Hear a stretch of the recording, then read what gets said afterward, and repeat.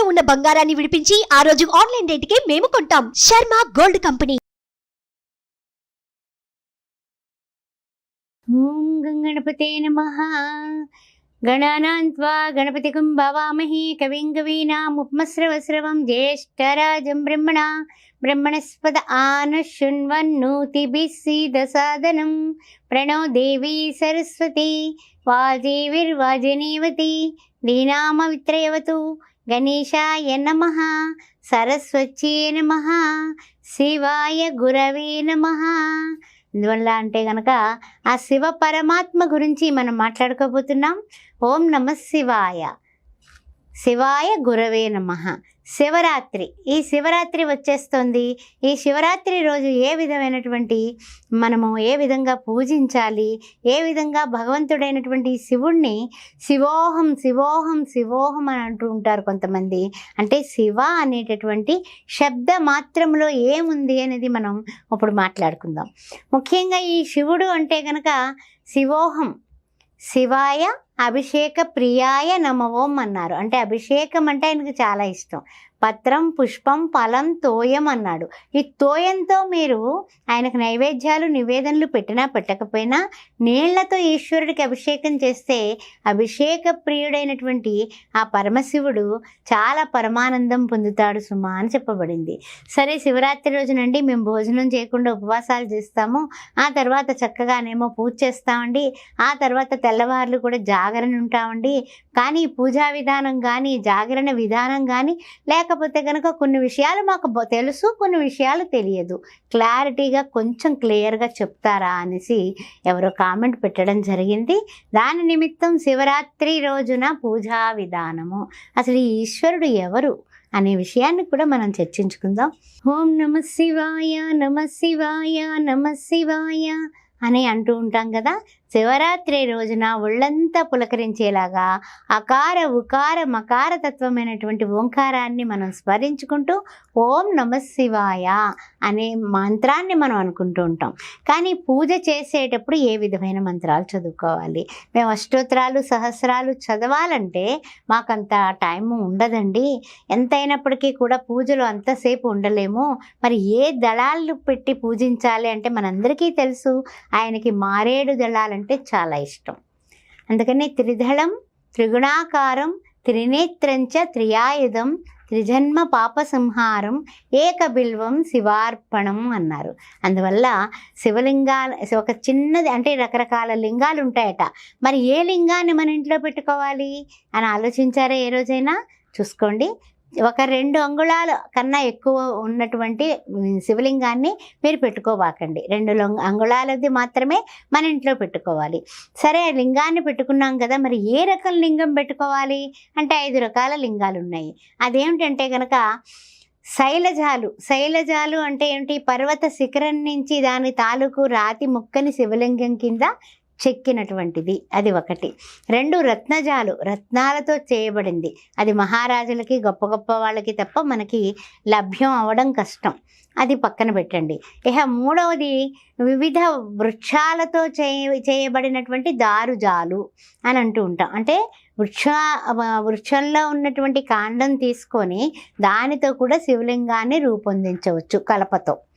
ఆ తర్వాత చూస్తేనేమో ధాతుజాలు, వివిధ ధాతులతో అంటే ఏమిటి? పాదరసంతో శివలింగం చేస్తారు కదా, స్ఫటికంతో శివలింగం చేస్తారు, అలా ధాతువులతో అలాంటి శివలింగాలు కూడా మనం పెట్టుకోవచ్చు.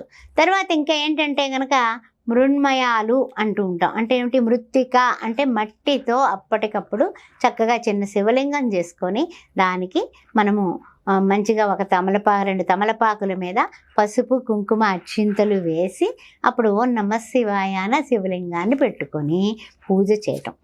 సరే, శివలింగాన్ని పూజిస్తున్నాం కదా, మరి శివలింగానికి ఉన్నటువంటి ఆ యొక్క నీరుపోయే మార్గం ఉన్నటువంటి ఆ సూత్రం ఎటువైపు ఉండాలి? ఉత్తర దిక్కుగా ఉండాలి ఆ సూత్రం. ఎందుకంటే ఆ నీళ్ళన్నీ కూడా ఉత్తరం వైపు పారాలి. ఉత్తరం ఎవరు? ఈశాన సర్వ విద్యానాం ఈశ్వర సర్వభూతానాం బ్రహ్మాధిపతి బ్రహ్మణోధిపతి బ్రహ్మ శివోమి సదాశివం. ఆయనదే ఉత్తర దిక్కు, ఈశాన్య దిక్కుకే ఆయన మహారాజు. అట్లాంటి ఈశ్వరుణ్ణి మనం ఈశాన్య దిక్కుకు పెట్టుకుని మనం చేసుకోవాలి. సరే, అంతా బాగానే ఉంది. ఉత్తర దిక్కు ఈశాన్య దిక్కు పెట్టేసుకున్నాము. శివలింగాన్ని మనం పూజ మొదలెడదాం అనుకున్నాం. సరే, మరి ఆయన ఏ పువ్వులంటే ఇష్టం అంటే కనుక, ఆయనకి చెప్పాలంటే కనుక కొన్ని విషయాల్లో ఆయనంత మహానుభావుడు గన్నేరు పూలతో పూజ చేస్తే చాలా సంతోషిస్తాడు. సంపెంగ పూలతో పూజ చేస్తే చాలా ఆనందం కలుగుతుంది ఆయనకి. అదేవిధంగా మల్లెలతో పూజ చేస్తే మల్లికార్జునుడిగా కనపడతాడు. అందువల్ల యద్భావం తద్భవతి. మీరు సుగంధభరితమైనటువంటి ఈ పూలతో మీరు పూజించండి. అదేవిధంగా మనకి ఉండేటటువంటి విషయం ఏమిటంటే కనుక, శివుడు భోళా శంకరుడు అని ఒక పేరుంది. అలాంటి భోళా శంకరుడికి ఈ యొక్క శివరాత్రి రోజున రుద్రహోమం చేస్తాం, ఏకాదశ రుద్రహోమం చేస్తాం, లేకపోతే ఏకాదశ రుద్ర అభిషేకం చేస్తాం, లేదా అభిషేకమైనా చేయించుకునేటటువంటి వాళ్ళు మన ఆంధ్ర తెలంగాణ నాట కోకొల్లలుగా మన తెలుగు వాళ్ళందరూ కూడా ఓం నమ శివాయ అంటూ చేసుకుంటూ ఉంటారు. సరే, బాగానే ఉంది కదా. మరి మంత్రాలు ఏం చదువుకోవాలి? ముఖ్యమైనటువంటి మంత్రాలు 11 నేను చెప్తాను. మీరు అవి రాసుకుని అవి చేసుకోండి చాలు, ఆయన సంతోషించేస్తాడు. తేనె, తర్వాత ఆవు పాలు, తర్వాత పంచదార, ఆ తర్వాత ఆవు పెరుగు, ఆవు నెయ్యి, ఈ పంచామృతాలన్నీ కూడా దగ్గర పెట్టుకొని, నీళ్లు దగ్గర పెట్టుకొని, ప్రతి దానికి కూడా అంటే పాలు వేసాం అనుకున్న తర్వాత మళ్ళీ నీళ్ళతో చేయండి అభిషేకం. అలా 5 రకాలవి కూడా చేస్తూ ఉండండి. ఈ బిల్వపత్రాలు సమర్పించుకుంటూ ఉండండి, పూలు సమర్పిస్తూ ఉండండి. భక్తి ముఖ్యం. భక్తి లేని శివ పూజలేలా అన్నారు. ఆ విషయాన్ని బాగా గుర్తుపెట్టుకోండి. బాగా మనకేంటంటే వెండితో కానీ, ఇత్తడితో కానీ, మట్టితో కానీ మనకి ఈ యొక్క శివలింగాన్ని చేసుకోవచ్చు. ఆ తర్వాత స్త్రీలు చేయొచ్చా అని అంటారు కొంతమంది. మరి నాయనాళ్ళలో స్త్రీలు కూడా ఉన్నారు కదా. మరి నాయనాళ్ళు శివుణ్ణి ఆరాధించి శివలోకం మవాప్నోతి శివేన సహమోదతే అనేది బాగా చేసుకున్నారు కదా. అందుకని ఈ మంత్రాలు రాసుకోండి.